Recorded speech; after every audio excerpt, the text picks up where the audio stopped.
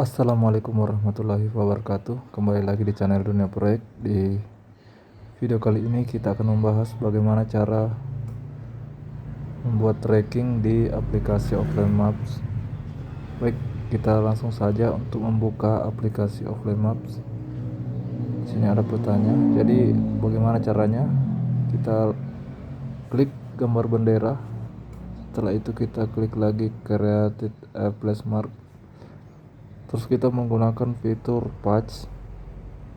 Taruhlah kita memberikan nama misalkan sepeda 2, sepeda 1 lah, sepeda 01. Kita oke.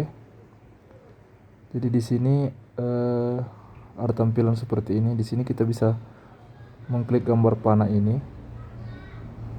Kita pakai sepeda, jalan kaki atau draw.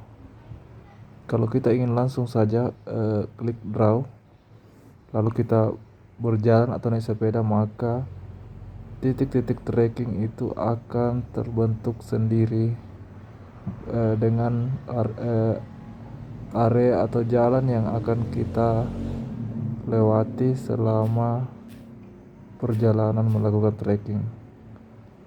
Jadi seperti itu. Setelah sampai, kita klik location.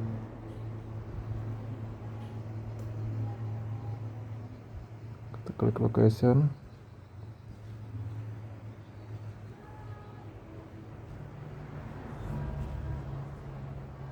Dan oke. Mungkin itu yang bisa saya sampaikan di video kali ini.